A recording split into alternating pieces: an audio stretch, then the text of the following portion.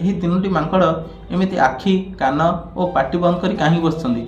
ଏହା ଶୁଣି ଯୁବକ ଜଣକ ଉତ୍ତର ଦିଅନ୍ତି, ଯିଏ ଆଖି ବନ୍ଦ କରିଛି ସେ ଖରାପ ଦୃଶ୍ୟ ଦେଖିବାକୁ ମନା କରୁଛି ଏବଂ ଯିଏ ପାଟି ବନ୍ଦ କରିଛି ସେ ଖରାପ ଦୃଶ୍ୟ କହିବାକୁ ମନା କରୁଛି ଏବଂ ଯିଏ କାନ ବନ୍ଦ କରିଛି ସେ ଖରାପ କଥା ଶୁଣିବାକୁ ମନା କରୁଛି।